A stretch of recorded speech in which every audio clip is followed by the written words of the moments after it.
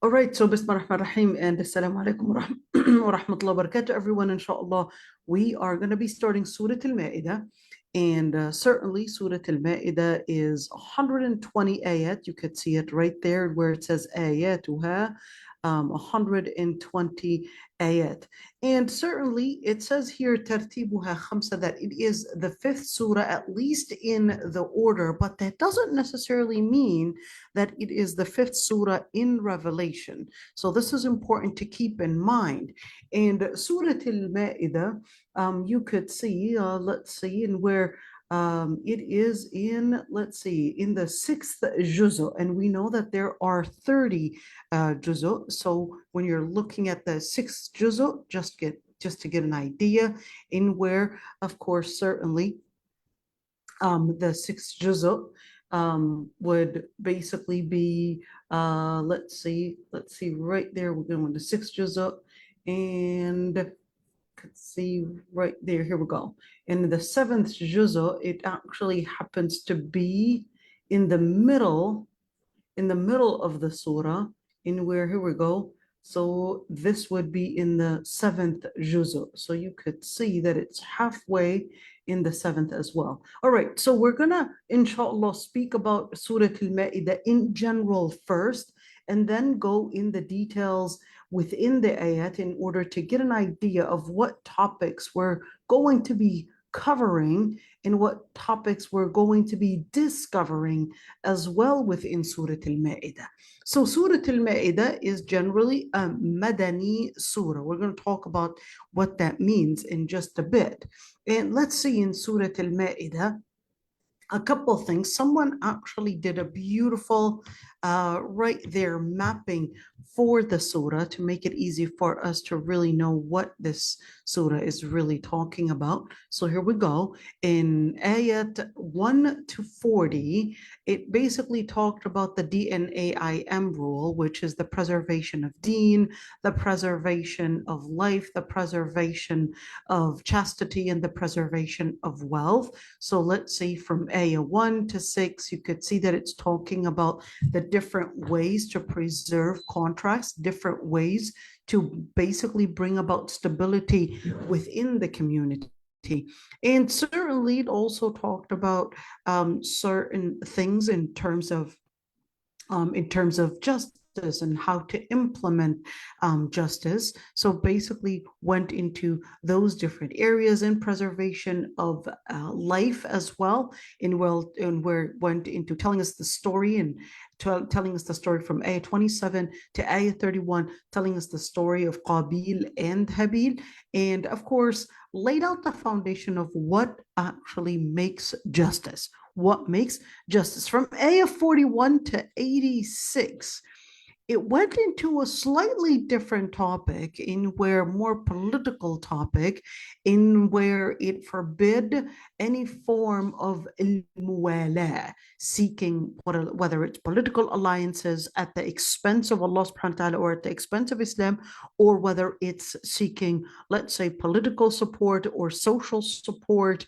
or any means at the expense of Islam or at the expense of Allah subhanahu wa ta'ala. So here we go. This is basically from ayah 41 to 86. So really you could see that there is some correlation between what was revealed in Surah An-Nisa and even in Surah Al-Ma'idah, but a slight difference right there. So even in Surah An-Nisa, you would say that it was also focusing on the details of justice, what it means to define morality through Allah subhanahu wa ta'ala, what actually happened to those that had rejected Allah subhanahu wa ta'ala being as the resource for redefining justice. And of course, it continues with the same idea, but then going into more intricate details in regards to what really makes justice, what makes something as considered as lawful or not lawful. And certainly with the same idea in where forbidding the Muslim Muslims from having al-muwala.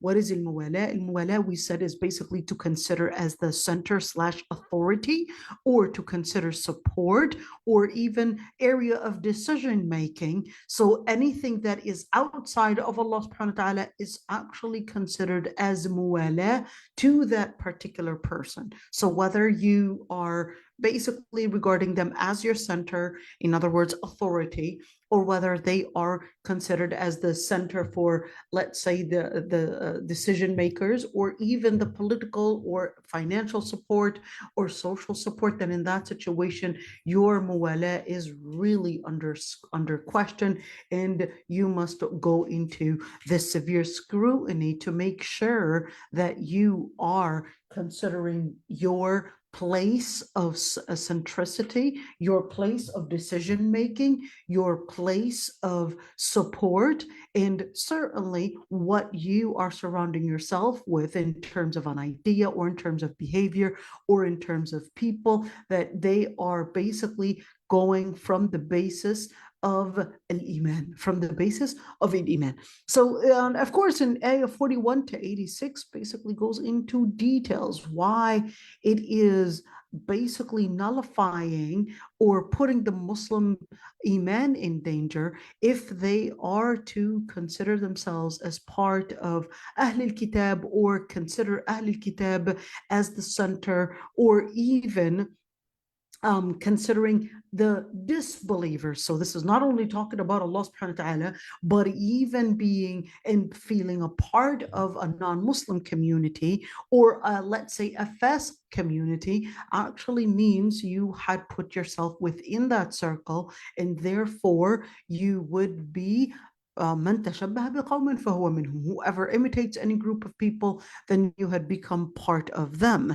And certainly in Ayah 87 to 108, in where it goes into more intricate details, and where certainly, just as it was telling you that this is what it actually means to apply Islam, that it's not just a word that you would claim of Shahada, but it's supposed to be intricate details you would embrace in defining your Islam, in defining right and wrong, justice, defining your relationship with the people, and defining your relationship with Allah subhanahu wa ta'ala. So we're going to go into some details in where what Allah subhanahu wa ta'ala, of course, had regarded as permissible in terms of food, in terms of wordings, in terms of oath, in terms of drinking, and in certain behavior of entertainment in particular, and certainly went into certain details in terms of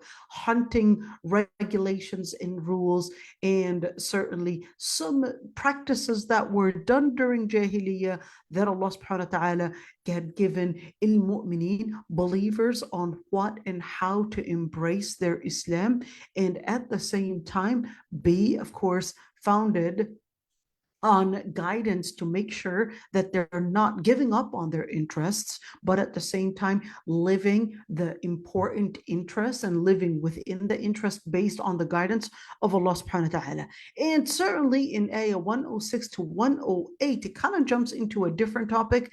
And remember, the ayat, many times they would seize the moment, since it's talking about a particular topic, would seize the moment to speak about a reminder, a maw'idha. And what the Ayah 106, 108, it went into speaking about the will, and certainly having witnesses when making a will when someone is dying. So kind of like a will before, while the person is dying, or even before they would even die, how and what should happen to their property and to the inheritance, or even what they want those that will be living after them to continue in terms of their legacy and so forth. From Ayah 109 to 120, then it goes into going into this type of relationship in where, yes, this is speaking about the relationship between you and the people, but then in Ayah 109 and 120, it went into, well, the relationship or the contracts or the bonds are not only the bonds between you and people, but between you and Allah subhanahu wa ta'ala as well, in where there's a certain bond between you, a certain bond between you and the prophets, a certain bond between the prophets and Allah subhanahu wa ta'ala, and certainly a bond between the prophets and their disciples, or even those that had come in the times, during the times of the prophets, peace be prophets. May Allah subhanahu wa ta'ala, Ya Rabbi, make us amongst those that would be let's say taking the companions and even the prophets as their role models. Allahumma ameen. So that's when it actually shifts us to take us to the story of the Last Supper. So that's where the word al-Maida comes from. The word al-Maida comes from the word the Last Supper. So al-Maida is speaking about the Last Supper that basically happened during the time of Prophet Isa alayhi salam and his disciples, and what conversation and what happened between Prophet Isa alayhi salam and his disciples during the Last Supper, and before, of course, he was risen to the heavens, and how that confusion happened. Well, since in Surah An-Nisa it talked about how they confused the person who really was crucified. They confused the person. It wasn't Prophet Isa alayhi salam. So then in Surah Al-Ma'idah, or the Last Supper surah, it would go in certain details, and prior to the event when it was confused to who really was crucified, what really happened during the Last Supper and that conversation. So this is just an overview, I guess, of Surah Al-Ma'idah, and what I'm going to send you the link right there. I loved how they actually mapped out the surah. Would be really interesting. I don't actually have an Arabic version of it, or sorry, an English version of it. This is the Arabic version, but inshallah, maybe, I'm sure, let's say mapping. What about the AI Yeah, translator thing? exactly. There you go. You know what? Look at that. We found something. Here we go. Mapping of Surah Al-Ma'idah, and they actually did it for us. Look at that. See it? See it right there. They did a mapping, Surah Al-Ma'idah, and let's see, Surah Al-Ma'idah right there. They did it for us. Look at that. See it? SubhanAllah. Yeah, they did it for us. There you go. So ayat, and well, I don't know what language that is, but yeah, maybe it's Malay. Exactly. I'm starting to see everything as Malay. I think they call their language Bahasa, not Malay. I think the Brits were the ones that actually called it Malay. What is it called? Bahasa? Bahasa. Bahasa, it's mean language. Bahasa. Okay, cool. I There didn't you know go. that. Bahasa is language, and the language is Malayu. Okay, there you go. The language is Malayu, and so here's Surah Al-Ma'idah. Look, they actually did it for us right there. It's a whole PowerPoint. You could see what I'm doing, can't you? Can you? Yeah, we can see it. Yeah, so they did a good job. Look at that. There's a in where, here we go. They give us this beautiful look at their commandments of Sharia. And then right there, Muslim Ummah needs to refrain from the attitude of the previous from the previous Ummahs. And in Ayah 12 to 32, it talked about the crimes that were committed by the Jews and the Christians, and of course, certainly why Muslims should not have the Jews and the Christians be their place of mu'ala. And then Ayah 33 to 50 talked about the criminal code, legislative authority of Allah, that it should be basically to Allah subhanahu wa ta'ala. And then 51 to 86, the crimes and the crimes of the Jews and the Christians, and basically why the Muslims should not take them as their place of muwala. And of course, invitation for Tawheed from Ayah 109 to 120. And of course, this area right there. Well, inshallah, we're going to be, let's see, right there, and you could see a beautiful, right there, beautiful slide, and where Sharia, and where Allah subhanahu wa ta'ala perfected Islam, fulfilled the promises.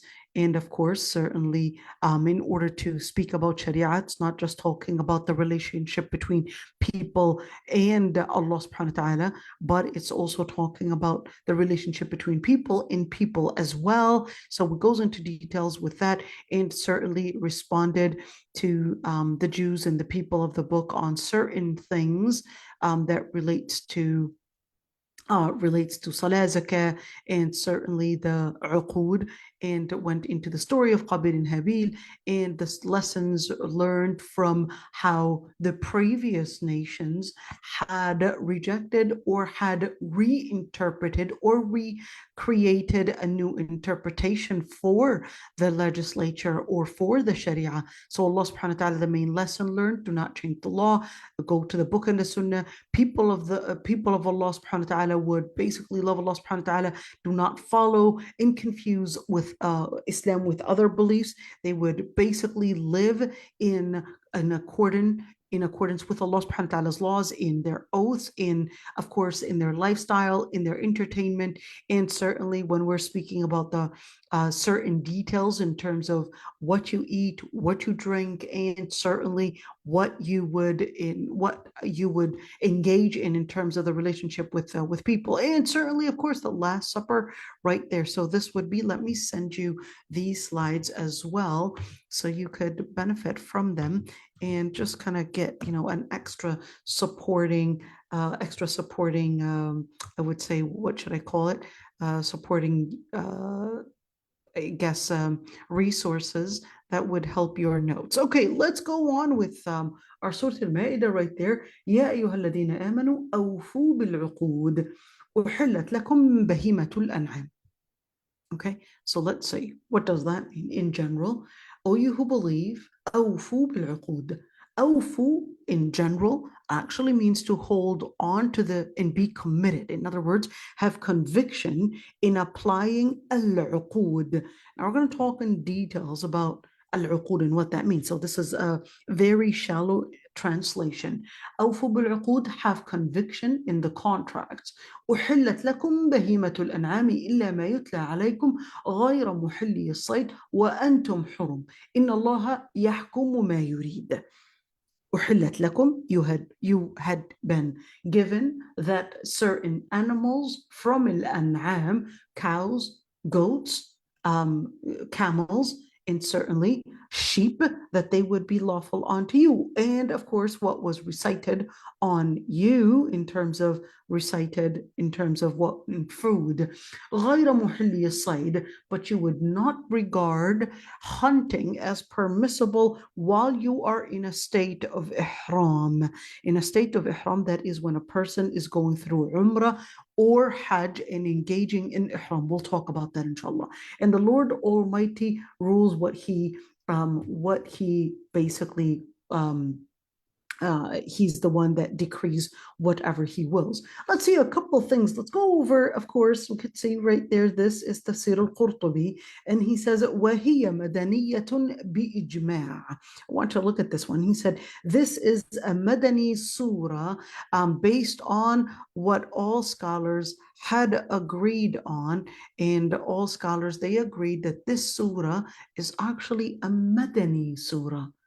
So this is a unanimously agreed upon, but the question is, what is Madani? Although we talked about that before, but a very good article that I've basically found here, I'm going to send you the link, and this good article basically gives you details. And even if you don't understand Arabic, you could remember what we did before. You would basically go to these three dots right there. Okay, and then what you're going to do, you're going to go all the way to translate, and you're going to ask it to translate it for you into English. All right, and that way you'll have the resource in English, and that way you won't feel that this is not something that you can benefit from. But I'm not going to use the English part. I'm going to use the Arabic part, because we said before that the English part is not necessarily 100% accurate. So of course, the reason when and why we use Makki and Madani. So when we say Makki and Madani, you could see another way. I want you to see something here. I forgot to show it to you. So let's just remember that we are on page 115 in the Quran. Let's go right there. I want you to see right there at the end. So in the Qurans, these are subjects, and the copies that you would have, so those would be the subjects, and then they would have the list of the surahs. Okay, here we go. This is basically a dua khatm al-Quran. It's not necessarily recited by the Prophet ﷺ in this order, but those are the most famous du'as that the Prophet ﷺ had done, not necessarily after khatm al-Quran, but the Prophet ﷺ had done these du'as, and they were mentioned in different hadith, and they were common du'as that the Prophet ﷺ had done. All right, now this is the part that I wanted to get to. Okay, here we go. So you would see that they would have the list of surahs, and then they would tell you raqamha, this is the number of surah, this is the page number, and it would say Makki, Madaniya, Makkiya, Madaniya, etc. It would go on until it would finish all the 114 surahs. Here we go, 114 surahs, and it would basically tell you Makki and Madani. But the question is, well, Makki and Madani, although the word Makki and Madani, it is based on a place, but it isn't, according to majority of the scholars, it's not actually based on a place. It's actually to speak about the relevance, or at least the chronology within time. So therefore, the Makki surah would be, let's go back to the page that we were in. The Makki surah would basically be that surah that was revealed before Hijrah, and after Hijrah, it would be the surah that was it would be the surah that is called Madani surah. So just to keep that in mind, all right? So it's, and there are differences of opinions between scholars, just to let you know, but let's just look into some of these surahs. So you could see the longer ones are usually Madani. Okay, yes, this one's Makki, with differences of opinions between scholars. See, the most Makki surahs, let's see, right there are going to be the short surahs. Look at that, Makkiya, all of them. But then you would have certain surahs that usually have longer ayat. Let's just see right here, just a fast resemblance for us to really know Makki or Madani. We're going to go in detail, so not everything is necessarily all the way right. Okay, so I'm just going to give you just an like an overview of how to understand this. So Makki surahs are usually short ayat.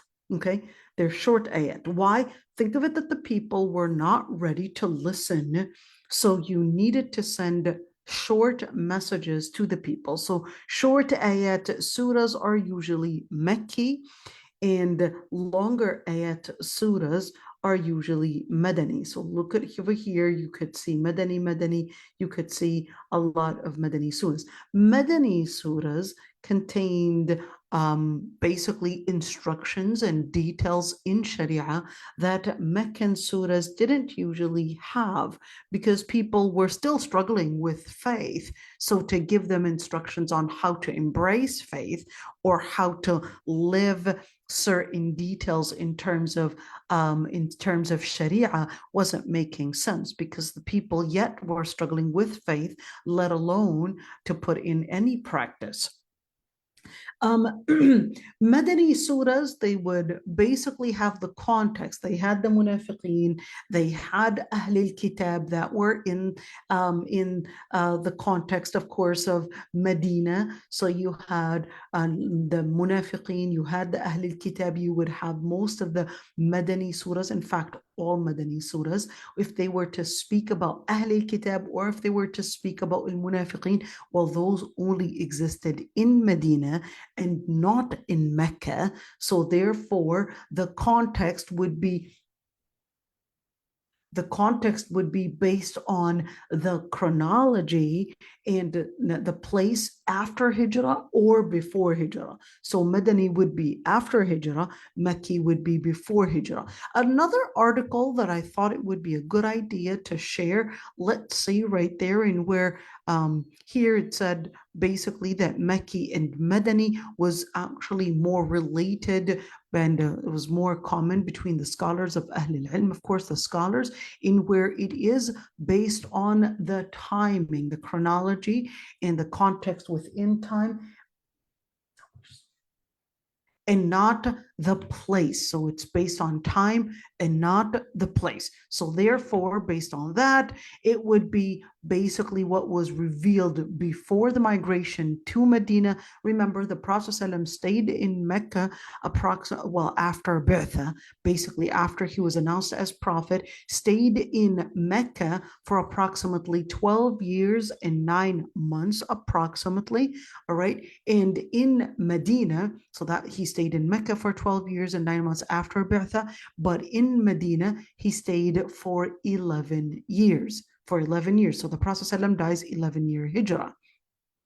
And when we say Madani, whether we're speaking about, of course, in general, when we're speaking about the timing of it and not the place of it, it's important to understand whether we're speaking about the suburbs of Mecca or whether we're speaking about the suburbs of Medina. So that comes with it. So what is the importance of knowing whether it is during the Hijrah, before Hijrah, after Hijrah?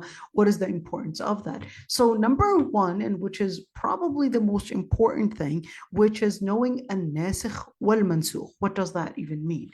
An-nasikh wal-mansukh simply means the ayat that abrogated one another. So when we say an abrogated ayah, that simply is only in the ayat that relate to laws and legislature, not in the ayat that relate to aqidah. So you can't have naskh in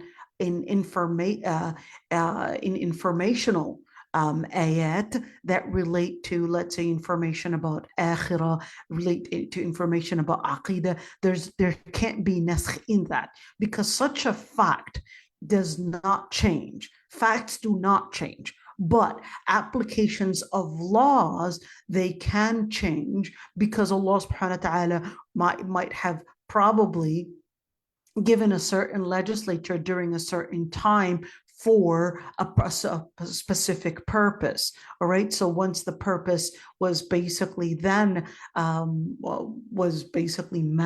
then in that situation, Allah subhanahu wa ta'ala might abrogate a certain ayah. So give an example in where al-khamr, alcohol, in the beginning of Islam was permissible, and you had Sahaba even drank. And it wasn't until later on that Allah subhanahu wa ta'ala had abrogated the, let's say, the permissibility, or not, but the permission, and of course regarded drinking as prohibited later on. Same thing when we're speaking about hijab. Before, in the early times of Islam, hijab was not obligatory. It wasn't obligatory until later on. So after almost 18 years of Bi'tha, 18 years of Islam. Remember, the time of Bi'tha, the time after Bi'tha, the Prophet ﷺ stayed delivering Islam for 23 years. These are important numbers. I love numbers, and this is extremely important to learn, because you're really keeping this idea in where you would understand what is really within that context. So 23 years, hijab was not obligatory until, of course, from the beginning of Islam until 18 years of Islam. Salah was obligatory even during the time when the Muslims were actually in Mecca. So keep that in mind. Siyam wasn't obligatory until the second year Hijrah. So we're looking at almost 14 years 14 and more, almost 15 years from the first, from the bi'tha. When we say bi'tha, which is the time that the Prophet ﷺ had become a prophet. All right. So when we say knowing in nasikh wal mansukh, basically what ayah abrogated another ayah. So in order to know what ayah abrogated, you really have to have details in terms of the timing of revelation, time of revelation for a particular ayat, for particular surahs, in order to know which one canceled out the practice for that ruling, not canceled out the ayah, but canceled out a particular practice. So the other part, which is basically here, I'm really translating some of this article. So even if you don't have it in English words, but here, معرفة تاريخ التشريع ومراحله. So basically to know the chronology of legislature and the different evolution, or at least the different development and stages of legislature in Islam, in order to know how we can also do our da'wah.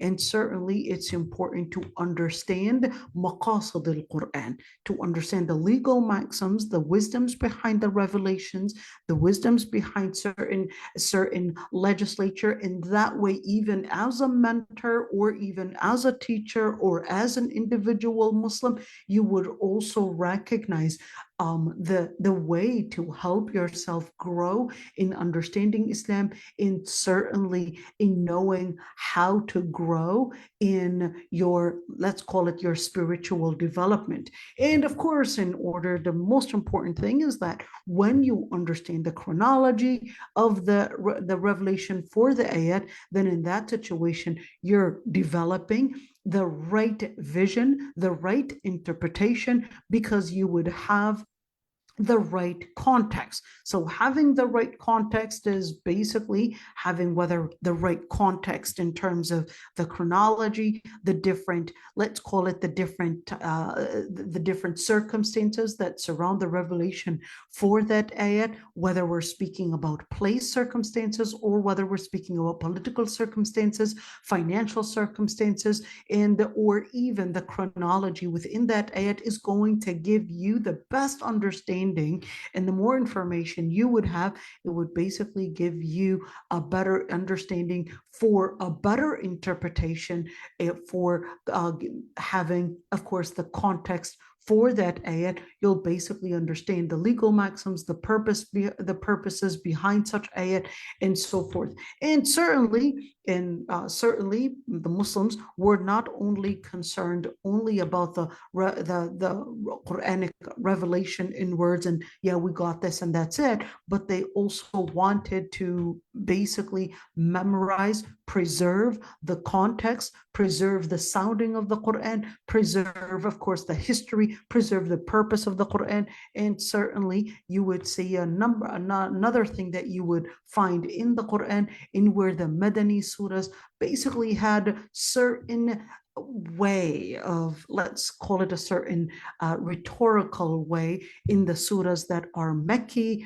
and compared to the surahs that are Madani. So the reason behind that, like I said, people were not ready to listen, and therefore it was important to give short messages in where just the amount of time that they are willing to listen, you're giving them short messages. And usually the words in the Meccan surahs are very eloquent. Not to say that the other Madani surahs are not eloquent, but the words contained, yes, certain harder words, certain harder meanings, because of course those words actually contained a lot of meanings.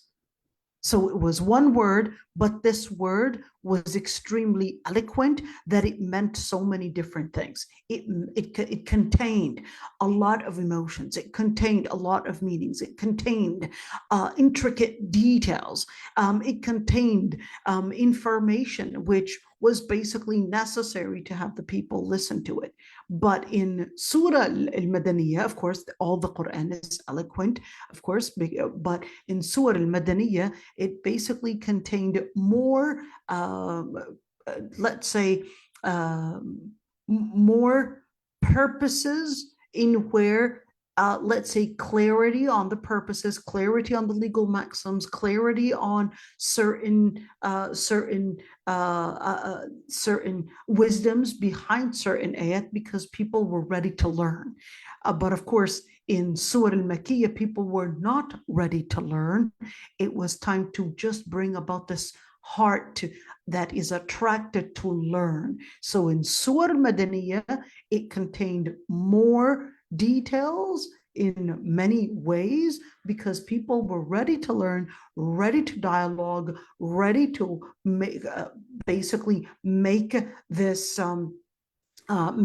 vision in where to understand the practice, to understand the purpose, to understand certainly how to do things and what to do and so forth. And certainly a lot of the Madani surahs were revealed either because of a question that was asked, or because of an event that might have happened, or sometimes it was time to bring about a new development within the Muslim community, and therefore coming in, of course, for the different reasons why certain ayat were revealed. Of course, Sirah, or at least the Prophet ﷺ, for 23 years, basically from the time of al-Bi'tha, you basically had different circumstances and certainly different contexts, and of course the people were different, and therefore that's why you would see the ayat were speaking to the people differently. The words were certainly having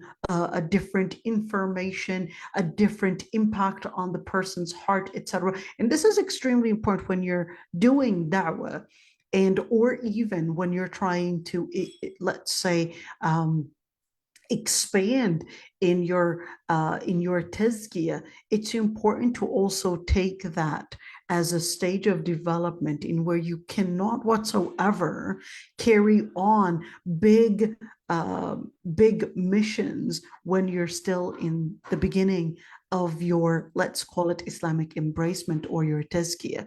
That's why a person that is probably new to their, let's say, Islamic embracement, they can only be able to hear a lesson for maybe 20 minutes, 30 minutes, 40 minutes max once a week. But then, of course, the more they grow within their connection with Allah subhanahu wa ta'ala, the more they're capable of embracing the time to learn, embracing the time and the patience to put in to listen to Islam. That's why even when you look at the society in general, you would see there are certain people that are still really just following short reels. So think of it as that way, following short reels and learning their Islam. And others, you would see, on the other hand, you would see others that are actually going deeper into talab al-ilm, where they don't want short reels, because to them,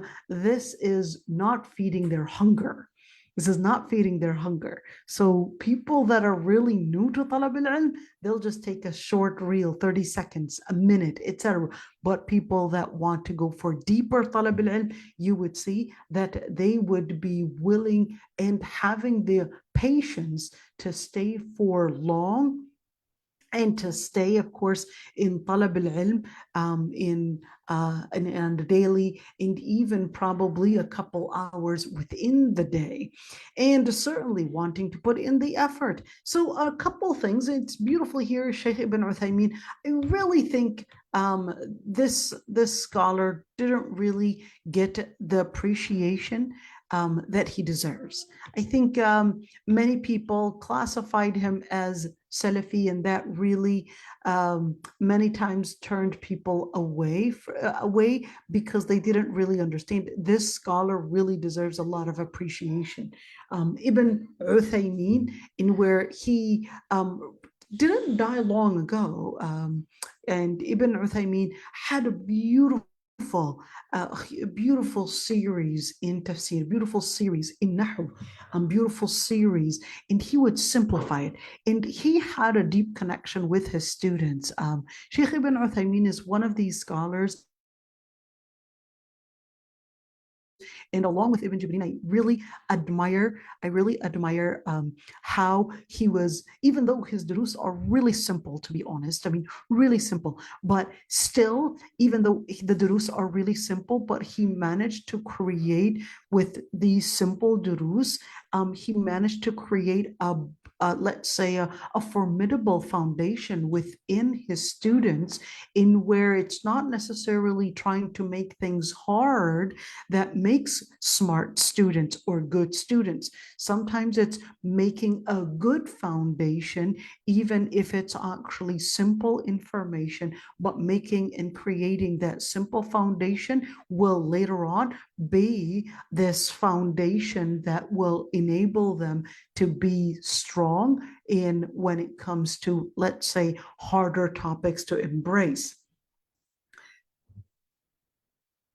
So he actually said that the difference between the Mecki and the Madani, he said, well, actually goes into number one, in where the method, the rhetoric that is used, and two, the subjects that were discovered. He said that there are actually two different ways. Number one, he said that Meccan surahs usually have قوة الأسلوب in the way that it is, the message that is delivered, the way in where it is strong in its statements, and simply because most of those that were the words were really directed at people that were arrogant, did not want to listen, and certainly we're giving an example like Surah al-Muddathir, Surah al-Qamar, in where it's so powerful in its statements. The statements are extremely strong, in where they would be direct at the person, direct at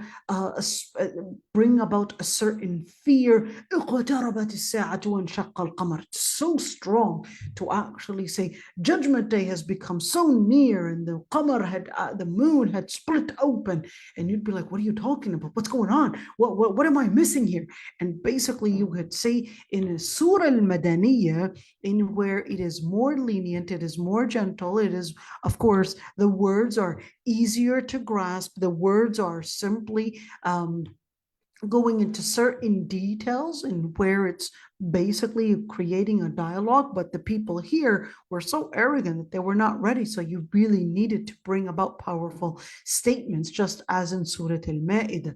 Now, the other part in where in Meccan surahs, they're usually short ayat, and certainly in where it's a strong statement, like we had said, and in Madani surahs, you would really have long ayat, and certainly you would have, without going into a type of debate.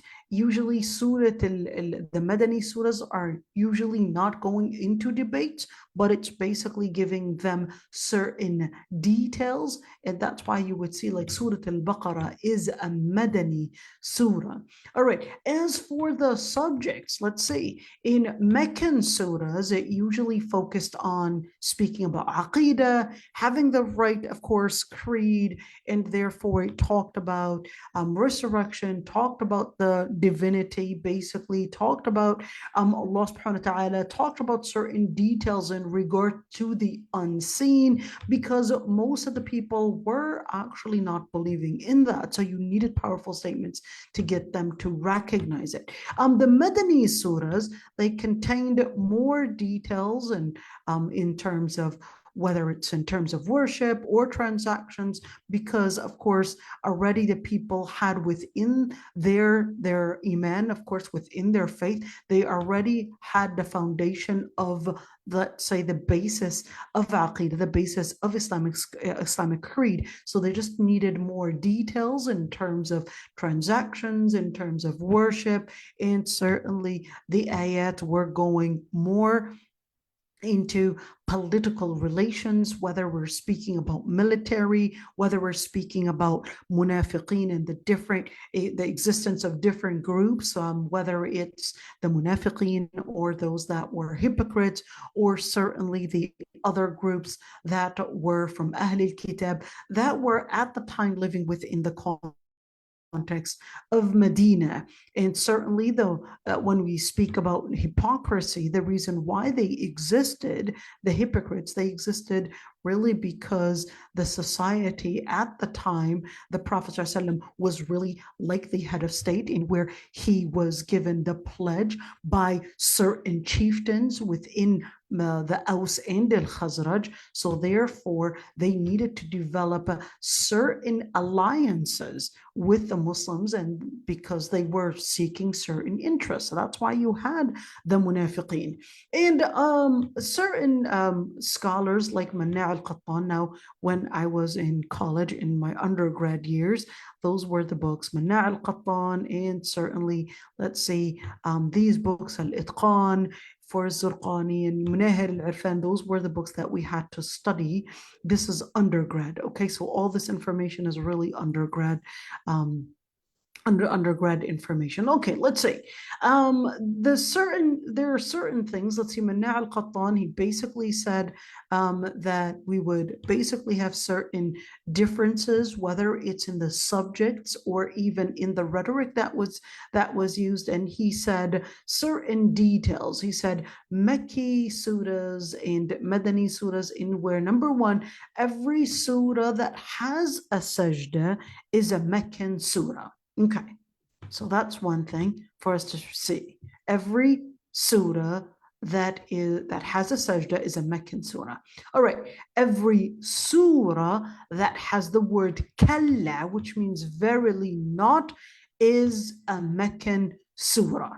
Okay, and he said, and that was not mentioned except in the last half of the Quran, and it was actually mentioned, let's see, 33 times in 15 different surahs, the word kalla. So the word kalla, if it's in a surah, then know that this is a Meccan surah. Let's see, every surah that has ya ayyuhan nas and not ya ayyuhal ladhina amanu, so just ya ayyuhan nas is actually a Meccan surah, except Surah Al-Hajj, okay? Except Surah Al-Hajj, because at the end of it, Ya ayyuhal ladhina amanu irka'u wasjudu.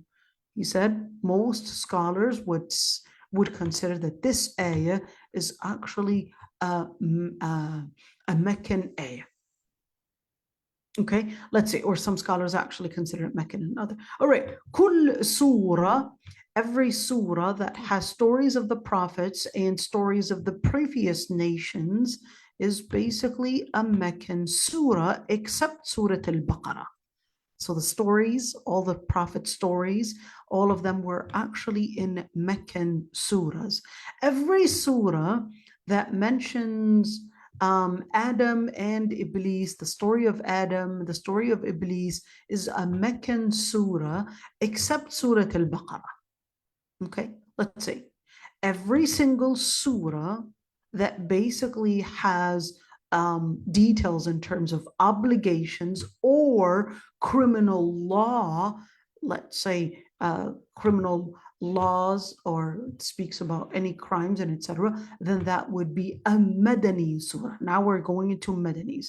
So here this is basically to look into al-mawdu', to look into the subjects. Okay, let's see the other one, in where the surahs that speak about munafiqeen are basically Madani surahs, except Surah Al-Ankabut, and that's a Meccan surah. Okay, so all the surahs that talked about al-munafiqeen are Madani surahs, except Surah Al-Ankabut.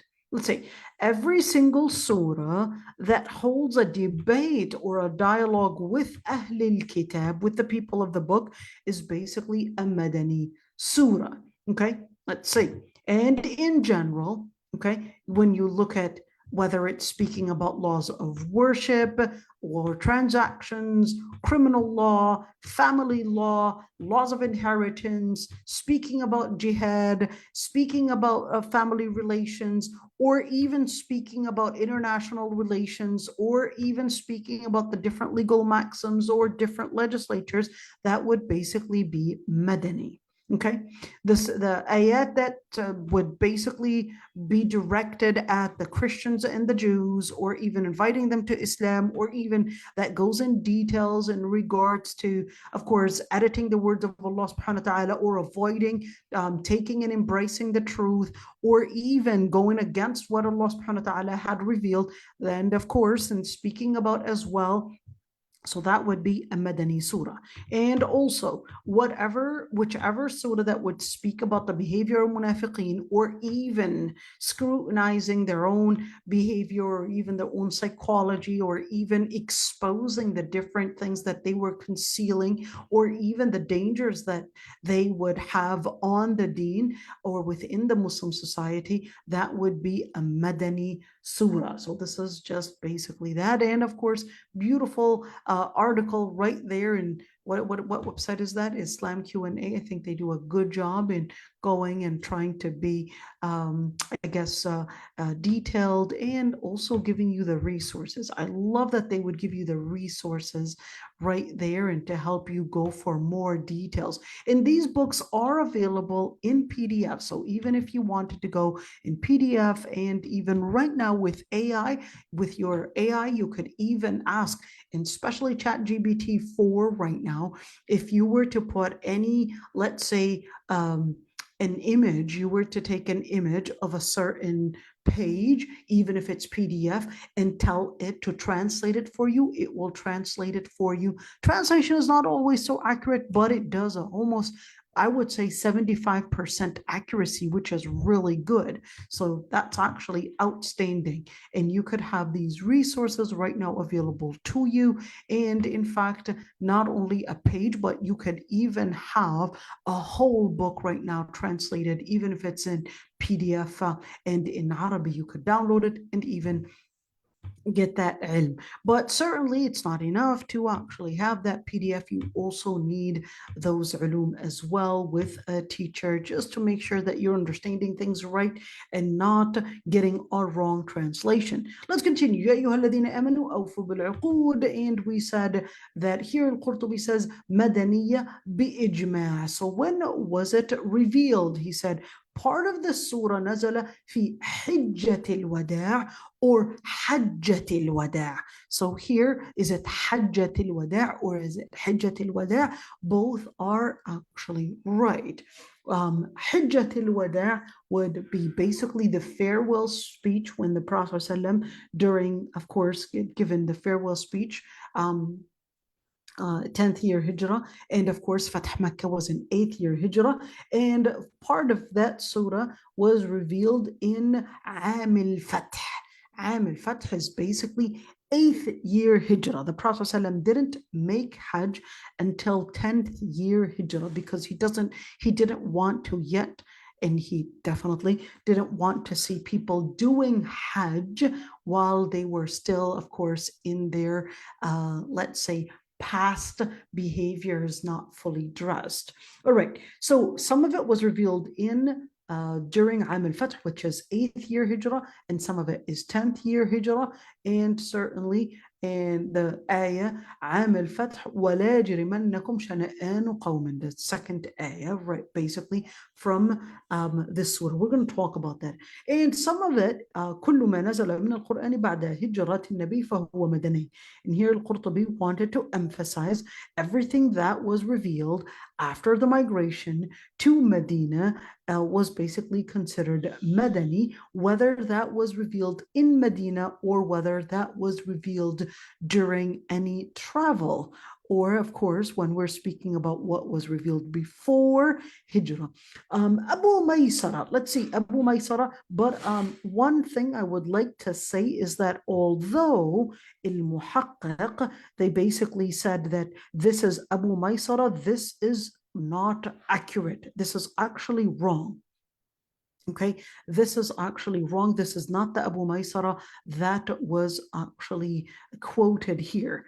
So he said, المائدة من آخر ما نزل. المائدة is basically from the surahs that were revealed, basically from the last surahs that were revealed. In other words, the last surahs that were revealed, and nothing in it had been abrogated. In other words, it's the final statement in terms of revelation, final statement in terms of legislature, because remember, abrogation does not happen and does not fall on facts or informative ayat, but only in legislature. And he said there's not a single ayah that was abrogated, and there are 18 different rulings that are obligatory here and perhaps only mentioned here. And he said those are the ayat that were mentioned.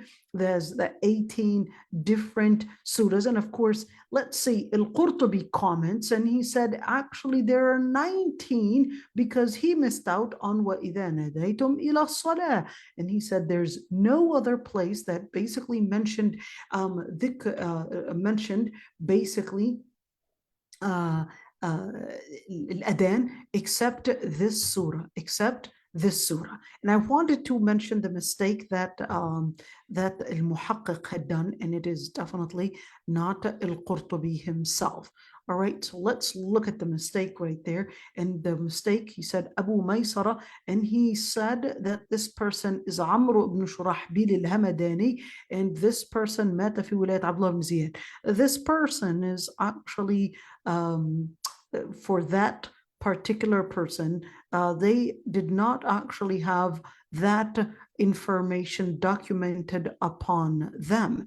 And al-Qurtubi is Maliki madhab, and the person that he was really referring to was this Abu Maysara, Faqih al-Maghrib, Abu Maysara Ahmad ibn Nizar al-Qayrawani al-Maliki. Well, this person died, let's see, توفي سنة 38 و300, so 338 Hijriya. So such intricate information is not mentioned upon Abu Maysara. Let's take you to the other Abu Maysara that he was referring to. Okay, let's see the other Abu Maysara that he was referring to, and really good resources to go to. So Islam Web here, but I want you to see that although it says Islam Web, but this was actually taken from Siyar A'lam al-Nubala. So this is the book Siyar A'lam al-Nubala, which is in approximately 20-21 volumes, and certainly al-Dhahabi had went into beautiful. I used to love reading Siyar A'lam al-Nubala. So here we go. He basically had mentioned the most important noble figures, and Islam Web basically made it easy for you. Instead of going and trying to get all the information in PDF, they basically made it available for you right there. So this is 396 volume 15, and basically gives you that Abu Maysara, this Faqih al-Maghrib, that of course al-Qurtubi was quoting from, and not Abu Maysara. Let me show you the other Abu Maysara that they confused him with. Okay, the other Abu Maysara, that, here we go. They confused this Abu Maysara with this figure right there, Amr ibn Shurahbil. So let's see let's look at it right there. So this is extremely important. That's why, here we go. So basically, Amr ibn Shurahbil al-Hamadani basically wanted to say that this was the guy that was quoted, not accurate. And even though, let's see right there, Siyar A'lam al-Nubala, same book that we were working with just a bit ago, let's see, he said that this person حدث عن عمر علي bin Mas'ud, and basically Imam Masjid Bani Wada'a. Okay, so basically said, let's see, Mata fi wilayat Ubaydillah ibn Ziyad. So we don't really have much information that let's say that documented such details. So that figure that they were basically quoting from, we don't really have such information in that regards. So this Abu Maysara that he was quoting from was actually that scholar that died 338 year Hijriya, that scholar that we had mentioned earlier, which is Abu Maysara, Faqih al-Maghrib. Abu Maysara, the scholar that was considered as Faqih al-Maghrib. Therefore, we would have that information because he basically had left certain books behind. He had basically left certain documentations, and therefore it's easier to quote than the other person, which did not leave any documentations. All right, let's continue. So basically 18 or 19, regardless, 18 or 19 different legislatures, in other words, obligations, and certainly Surah al-Maida is the only surah that that only mentioned al-adhan. And of course, as for Surah al-Jumu'ah, he said it's more particular in Salat al-Jumu'ah. All right, it was mentioned, let's see, let me see what you guys are looking at. Okay, here we go. It was mentioned that the Prophet ﷺ had recited Surah al-Ma'idah fi Hajjat or Hajjat al-Wada', remember? And he said, Ya ayyuhan nasu inna Surah al-Ma'idah min akhiri ma nazal. فَأَحِلُّوا حَلَالَهَا وَحَرِّمُوا حَرَامَهَا. He said, O people, Surah al-Ma'idah is from the last things that were revealed, so therefore regard what is considered as halal and what is considered as haram, regard it as haram. Why was he saying that? Because just this is, let's say, he said, أخرجه بنحوه أبو عبيد في فضائل القرآن عن عطية بن قيس مرسلة. I'll talk about al-mursal in just a bit. All right. So basically wanted to indicate that this surah was not abrogated, that all the different rulings here were not abrogated, and therefore this is the final statement in terms of legislature. Let's see. So what does it mean when he says عن عطية بن قيس مرسلة?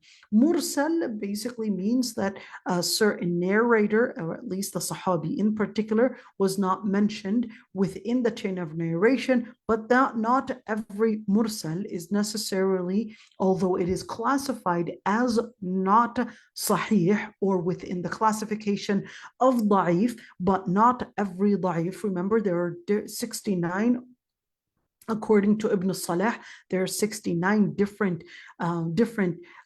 classifications within a da'if. So not every single da'if we would say that's it, we're going to reject it. All right, so this is an important information just to keep in mind. So not everything that is da'if we would basically just reject it like that. Let's see. And he said, and similar statement was actually mawquf. I want to look at this word mawquf right here, in where it was also mentioned by Sayyidah Aysha, but it was mawquf. What is al-mawquf? The difference, there are two words. There's a mawquf and there's a marfu'. What's the difference between mawquf and marfu'? Marfu' would be an information that a sahabi might give, but certainly it wasn't due to their projection or due to their understanding, but such an information that there's no way that they can get it except through the Prophet ﷺ.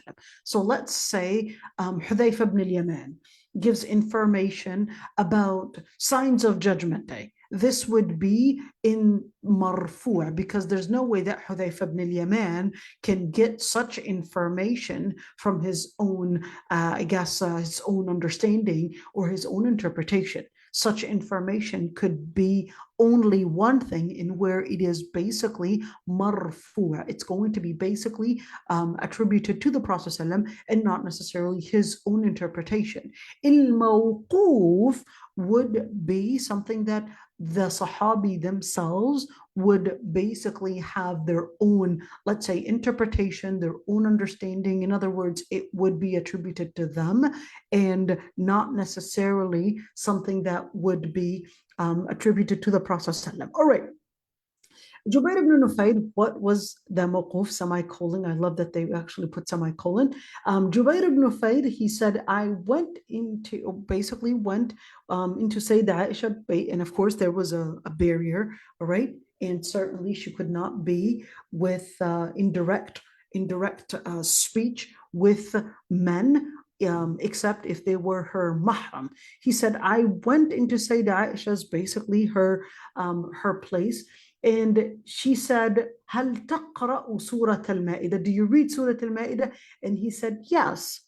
And she said, well, it is part of what was last revealed, and whatever is in it in terms of halal, then make sure you regard it as such. And whatever is in it that you find in it is saying that it is haram, then regard it as such. So you could see here that this is when we would say that this is, what is it? Mawquf, that basically she is saying. In other words, it's based on not her quoting, whether it's quoting an idea or whether it's quoting a certain statement, but it was basically her own understanding, her own knowledge, and what she had projected right there. So at the end of the day, in where we do have a hadith that is mursal, basically laying out a statement that Surah Al-Ma'idah is the last surah in Revelation, nothing in it is abrogated,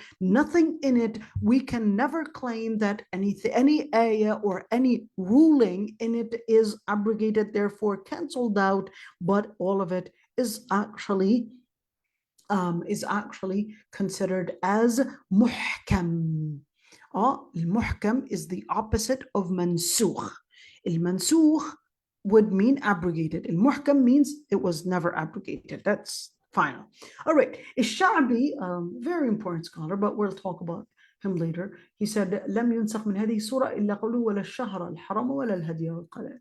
And some of the scholars actually said, well, أو آخران من غيركم, just this part, they said it was abrogated. Let's, inshallah, we'll talk about those ayat during those times. So I don't want you to say, well, I thought you said this, that nothing was mansukh. Wanted to say, hey, there's one scholar right there that basically, on other scholars, they basically said, well, just this little statement right there, and we'll talk about that at that time, inshallah, in order to bring about a clarification, inshallah.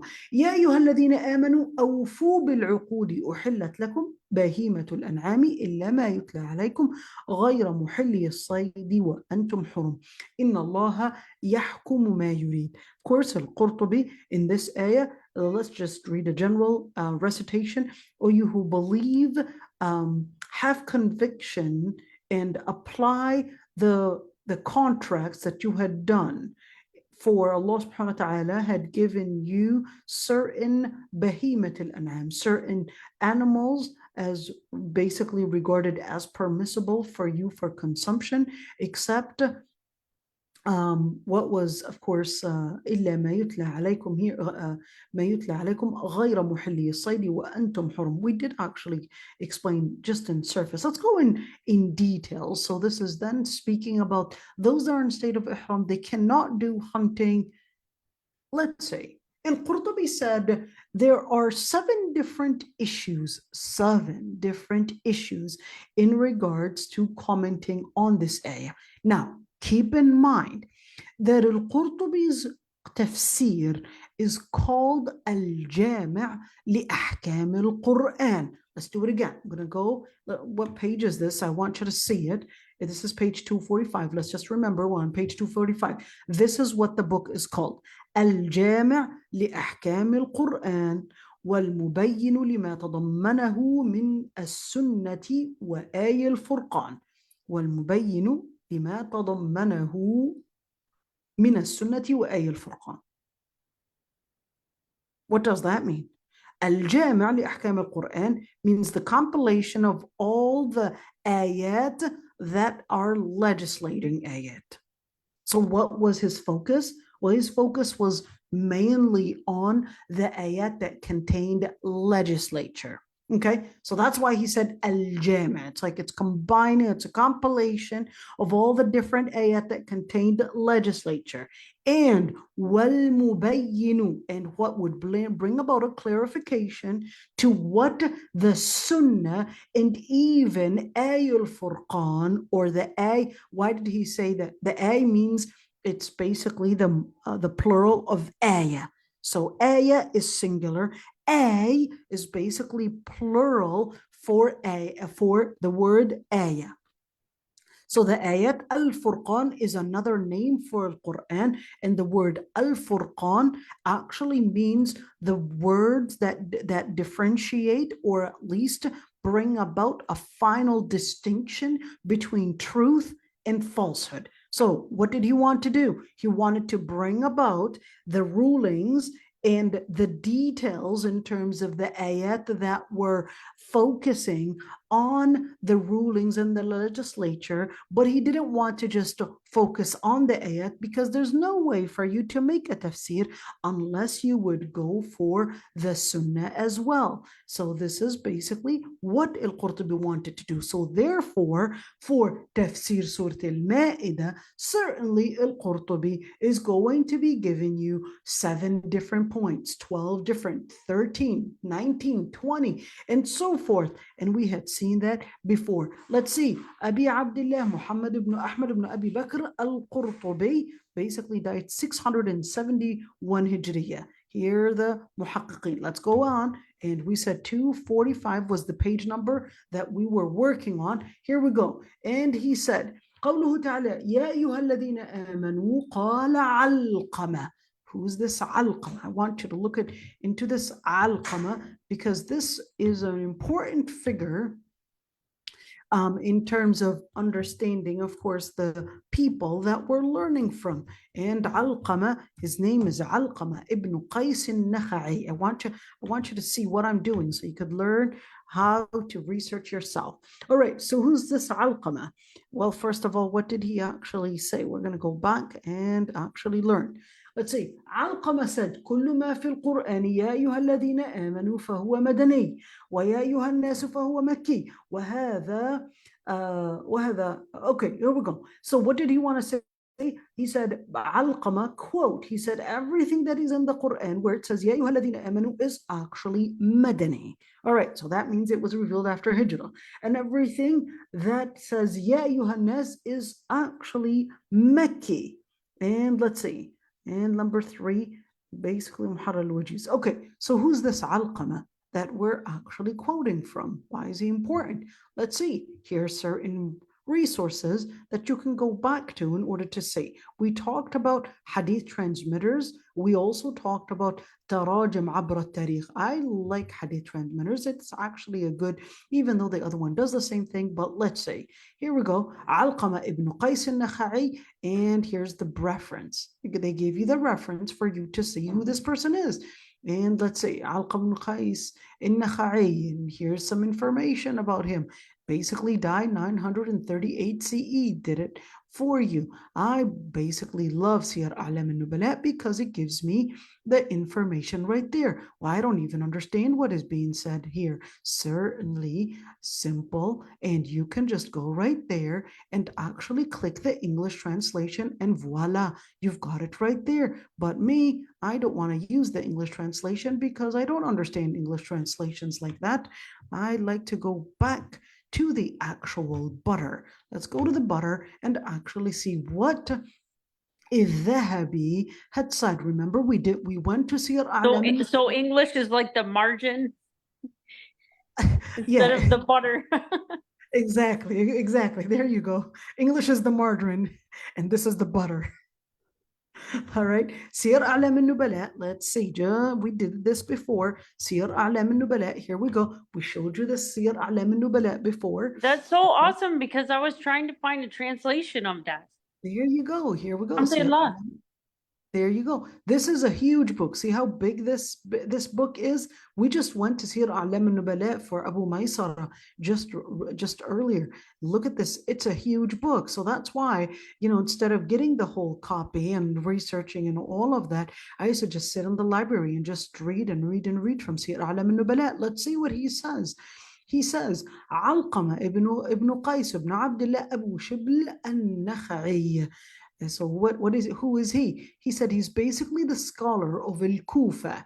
He's basically the reciter, one of the main reciters. He's an imam. He's basically a hafiz. He's basically a scholar, and that is considered it. That's a person that memorized over 500,000 hadith, and he's al-mujawwid. Al-mujawwid, not a person that sits and starts reading and starts beautifying their voices and reads on the microphones and all of that. No, it's basically a scholar that was a scholar of Quran and qira'at. Al-Mujtahid al-Kabir. He was also a scholar of ijtihad. He was a scholar that had great knowledge in fiqh as well. Let's see. And he was born أيام الرسالة المحمدية, during the time, basically, of course, during that time, and أيام الرسالة المحمدية, so basically during that time that the Prophet ﷺ, but he definitely didn't meet the Prophet ﷺ, but what did he do? طلب العلم والجهاد. Basically had acquired ilm, jihad, went to Al-Kufa, and he stayed with Abdullah ibn Mas'ud. Was Abdullah ibn Mas'ud one of the main Sahaba? He basically had become Muslim, that is Abdullah ibn Mas'ud, as the sixth person to become Muslim. And Nakhai basically wanted to learn from Abdullah ibn Mas'ud, and he himself had stayed with Abdullah ibn Mas'ud in order to get his ilm right there. Let's say a couple of things I wanted to actually say about Nakhai. Where was it? And where a beautiful thing, as I was preparing for speaking about Nakhai, I guess I'll just say it without even finding the quote. I wanted you to actually see the quote, but I'll say it. So Abdullah ibn Mas'ud used to tell Nakhai to read the Quran because he had a very beautiful voice. And he said, if the Prophet ﷺ had lived to see you reciting the Quran with how beautiful your voice is, the Prophet ﷺ the Prophet ﷺ would have been extremely happy to see and even hear your recitation. Abdullah ibn Mas'ud, even though he basically was the teacher for Nakhai, but Abdullah ibn Mas'ud used to love hearing Nakhai reading Quran. All right, so this is just an idea, and of course died, let's say, no, that's al-Khatib al-Baghdadi. Okay, he's basically said, let's see here, okay, hold on, who's that? So basically in Nakhai, no, this is not, sorry, these dates are for the author and not for Nakhai himself. Okay, just to keep that in mind. Let's see right there. Okay, here we go. So this website, I love this website, even though it's actually an individual that did this website. May Allah subhanahu wa ta'ala give them and make this be a reward for them. This is an individual that did this website. All right. He basically had, right, say 62-year hijrah, right? And guess what? He lived in Uzbekistan, Khorasan, Turkmenistan. We really got to learn about the history of a number of different areas about the Muslims. Look at that. You got Uzbek and you got Turkmeni, and unfortunately Muslims don't know much about the other Muslims. We should actually make that be something that we would dedicate ourselves to really learn about the scholars of Malaysia, the scholars of Somalia, the scholars of Turkmenistan, or scholars of Uzbekistan, or whatever it is. In order for us, we really got to do that.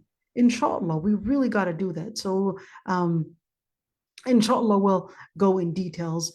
So look at this website, and where tarajim.com, you really got to go to these websites in order. And the good thing is that this one as well, you can actually translate it. And here we go. Just basically translate it for you, see? And I'll go to the butter. All right, let's go and come back to it. Let's see. Al-Qurtubi said, and there are 7 different matters in regards to this ayah. Said Alqama, said everything is madani if it says ya ayyuha alladhina amanu. And he said وهذه الآية مما تلوح فصاحتها وكثرة معانيها على قلة ألفاظها لكل ذي بصيرة بالكلام. Look at them. I'll translate this quote. He said, in this area, it basically has the eloquence and deep meanings, even though its words are very few, but only for the people that had deep insight in really seeing these words and what meanings they contained. He said it actually contains 5 different rulings. Number 1, ordering that one would keep their promises in different contracts that they would make in agreements. Number 2, it considered that behemoth al-an'am, so basically that eating and consumption of certain an'am, which cows, cattle, and certainly sheep, camels, all of those, and goats certainly are al-an'am.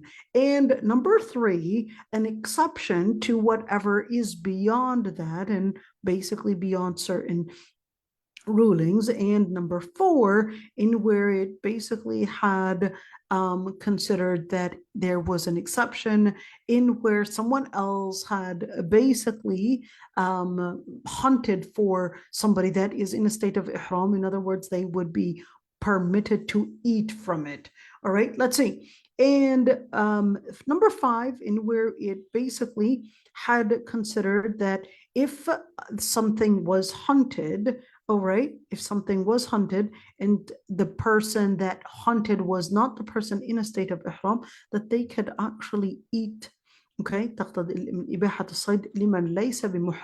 so if a person is in a state of ihram, then they cannot actually eat the hunted animals. We'll talk about that in details, inshallah.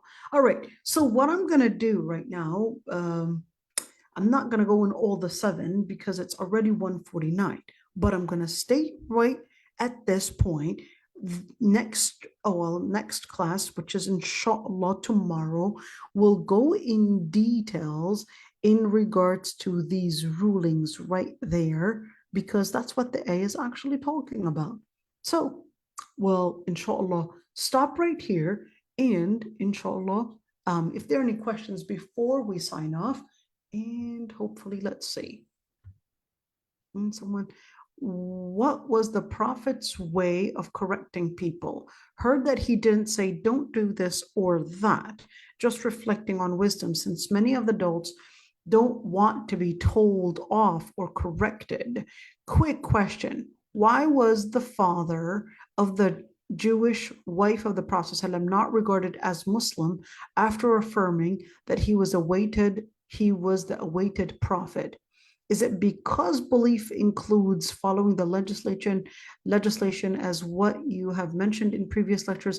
What about the people who don't pray or follow the Sharia but testify in Islam? All right, so those are actually a couple questions, not one. Let me see. Okay, those are actually a couple questions. Let me see. So what was the way the Prophet ﷺ corrected people?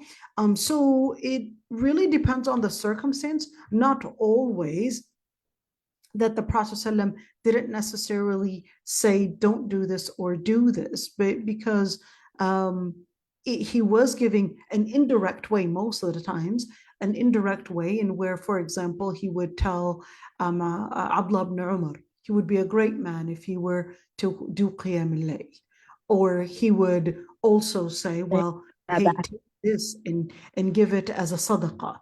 Or he would, so he did actually direct in certain times and actually say, and actually give a direction in where he would tell people, well, maybe you should have gotten married to, for example, this, or maybe he would tell, for example, that woman that came to the Prophet ﷺ, and she told him, Khatabani Abu Jahm and Mu'ab ibn Abi Sufyan and Usama, and the Prophet told her, marry Usama, because that one is su'lukun la mala lah, he's poor. And the other one, la yada asahu an atiqihi, a metaphor in where he doesn't put his stick off his back. In other words, he's constantly beating women. In other words, don't get married to him. He's basically a person that engages in domestic violence, and you don't want that. All right, so here it is, the Prophet ﷺ was actually giving them directions, so it wasn't necessarily so accurate to say that he wasn't directing people. He was giving them directions, he was giving them sometimes instructions, sometimes he would correct people, in where Abdullah ibn Mas'ud, he came to the Prophet ﷺ, and the Prophet ﷺ asked him to bring him something in order to cleanse himself with it, and the Prophet ﷺ told him, don't use a raji', or basically the whatever animal droppings, or even if we're talking about dung, animal dungs, don't use that as a substance to cleanse yourself with it, and not bones either. So yes, he was correcting people. So I guess to actually say that we shouldn't be correcting because the Prophet wasn't correcting is not very accurate. He was correcting. Maybe the method that he was using was more reaching out to the heart than actually reaching out and forcing people that you must change in that way. So that was one thing. So is it necessarily that, yes, many adults don't want to be told off or corrected? Well, it's not just adults, it's basically our own ego. We don't want to be corrected. We want to feel that we basically are, I guess, taken as one, with honor, two, with seriousness, and that's basically what we want others to see in us, and that's arrogance. That's arrogance. So that's why in Islam, of course, Islam was teaching us that no, and at the end of the day, in where arrogance or al-kibriya is basically something that will keep the person away from Jannah, where the Prophet ﷺ said, if anybody has an iota of arrogance or pride in their heart, they would not enter Jannah. So how do I know if I'm not arrogant? Are you willing to accept people correct you? Do you recognize your mistakes? Are you willing to also embrace other people? Do you consider yourself as better than others because of your race or because of your status, whether it's financial status or whether it's educational status or whatever status? Do you recognize that other people that might not even have this social status within the community might actually be at a higher level? Usually, in the most things that put people in such arrogance is usually money, degrees, or certain social status, CEO or the manager, whatever it is. And without, or even, of course, before it was tribalism, but a tribalism in where blood, but I actually thought that was over. But when I moved here, I realized that certain people are still living such primitive classifications, and where some people actually think that they are better just because they come from a certain nationality or because they come from a certain tribe. And I thought that was over, but it turns out that I was wrong. No, certain people do live with this classification in thinking that they are superior just because they have a certain gene. And subhanAllah, it's disgusting to believe that. I'm extremely sensitive and highly allergic to such kind of classifications, to see yourself as superior because of your blood. You remember, I mean, when you look at the Nazis, when you look at a lot of these wars, even throughout history, even during the Arabian Peninsula, during the Jahiliyyah, a lot of these wars were really just based on these classifications. And even when you look at the civil war in Somalia, you look at civil wars in different countries, they're really based on that. And that's why the Prophet ﷺ actually said, "Da'uha fa'innaha muntina." Leave it, for it brings a foul smell. What does a foul smell have to do with anything? A foul smell brings about the smell of death. Because once you regard yourself as superior due to your race, then in that situation, with that in itself, you're carrying the main, let's call it, recipe for creating that feeling of inferiority and certainly disrespecting other people. And every single person has their honor. So to regard your honor is to be respected, but other people's honor is not to be respected. Under what? For what? And what that will bring with it is a lot of oppression. And of course, let's continue.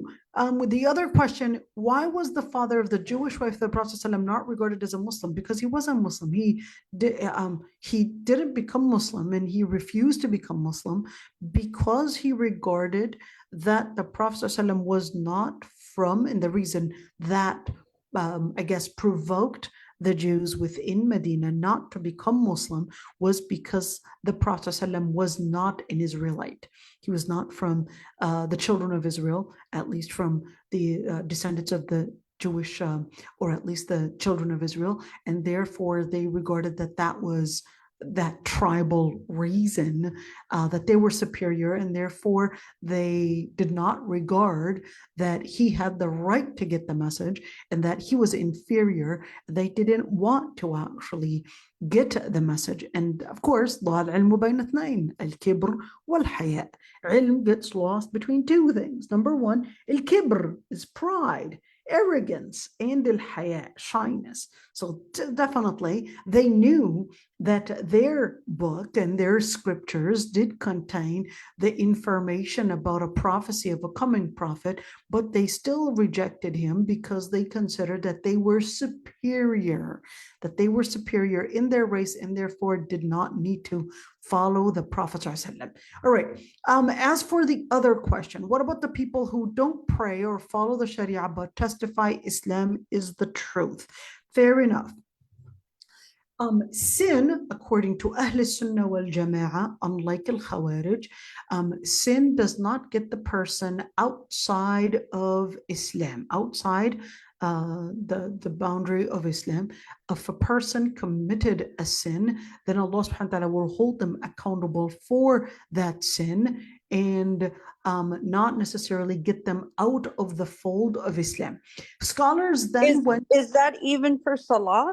That's exactly what I wanted to talk about. For Salah, scholars had differences of opinions on whether it is including Salah or not. The reason for that is because the Prophet ﷺ actually said in the hadith, Al-ahdu baynana wa baynahum tarku salah. I'm going to write that for you and actually have you see that. I want you to actually see this ayah so you could see what I'm talking about here. Let's look at this hadith. And where this hadith, the Prophet ﷺ, let's see here as we go. Let's go for this page right there. This is a very good page. Let's see. العهد الذي بيننا وبينهم الصلاة فمن تركها فقد كفر. Let's see. And you could see this hadith. All right. You could see isnaduhu sahih. That the word al-ahd is a convent, or al-ahd could also mean agreement that is between us and them, that is between us and the disbelievers, is salah. Whoever leaves it, then this person had committed disbelief. So the scholars, although this statement is pretty direct, the scholars had differences of opinions on whether this is to mean metaphorically that this person has gotten close because the main pillars of Islam is shahada, salah, siyam, etc. So they said if they're leaving salah, then they're really getting close to leaving and, let's say, jeopardizing and risking their own shahada. Because if you're looking at the ladder of the pillars of Islam, so it's shahada, basically salah and zakah and siyam, if you're letting go of these pillars, then what you're really going to find yourself is that you might actually be putting yourself at risk to leaving your shahada, which is basically leaving Islam entirely. So some scholars actually took this as a verbatim in where, yes, this person had committed kufr by leaving salah. Other scholars, they regarded that this is a metaphor, that this would be putting them at risk to leaving their Islam. And of course, this is a whole debate. I'll just make the story short right there, in where wallahu a'lam is that a person, even if they are to leave salah, that does not mean that they had basically left Islam, but this basically is getting them close to kufr. This is getting them close to kufr. Just wanted to mention that one, because it's a very common That's question. fair, because I always heard that they had, it's like they left Islam. It's good to know that there's different opinions between scholars anyway. Yeah, this is extremely important, because if you were to say that they, the scholars that said that it would be considered as a metaphor and that they were close to kufr, they had their evidence, and they said, well, this is not a person that is, let's say, rejecting prayer, but this person is lazy to pray. It's not justifiable, but this person is lazy to pray. If we are to say that they are kafir, this would simply mean that this person is, number one, they can't be buried in the Muslim cemetery. Well, you're like, okay, big deal. What's the big deal? Well, that means their relationship, the marriage, is even nullified as well. If this woman is married to a man that's not even, that's true. that marriage is actually right there, nullified on the spot. And that means she can't be with this man anymore. And just imagine that. And that would also mean that this person, even if they were to make a dhabiha, we can't eat from their dhabiha. Imagine that. Can you, the list goes on. We don't think about all that stuff, subhanAllah. Yeah, and it's a real serious matter.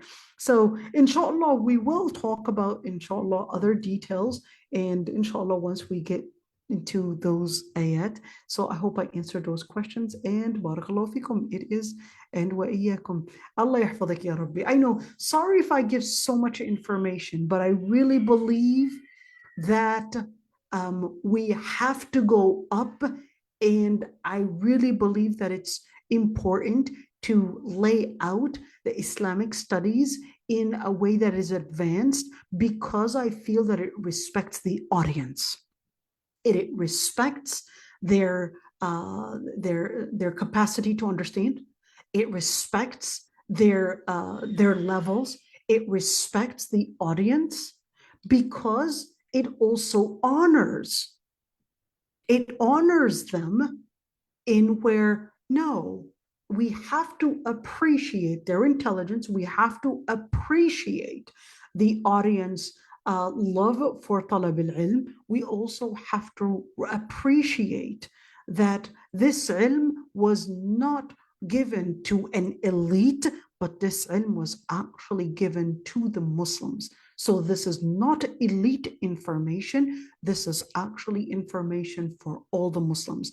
This is something that we really have to share. We really have to acknowledge that we have to basically alleviate and bring about that advancement in the average Muslims' ilm, in their average Muslims' understanding of Islam, and only then will we be capable of giving that ilm and, let's say, expanding the ilm within the society. But if we keep on making it into a sandwich level, then we're going to continue having an ummah that is going to be an easy target for a lot of the misconceptions out there. So I just want to remind anyone who hasn't registered for the summer courses to go ahead and do that, because the deadline is coming soon. Inshallah, we'll put it out there. Noura, jazakallah khairan. Inshallah, and barakallahu fikum, everyone. And inshallah, see you tomorrow. Assalamu alaikum wa rahmatullahi wa barakatuh. Wa alaikum assalam wa rahmatullahi wa barakatuh. Can I add something, or is it too late? No, it's not. Go ahead, my dear. You're still on live, though. I was going to say, Rasul sallallahu alaihi wasallam used to say, "Ma bal qawman," what's wrong with qawm, when he wanted to correct, but not directly, and get the point across. Is that right? Right. That is actually true, that the Prophet ﷺ, it wasn't, something where it was direct at the person to embarrass the person, but it would be something in where a general statement in order to bring about that i'lam, that information, to teach, to bring about, of course, a direct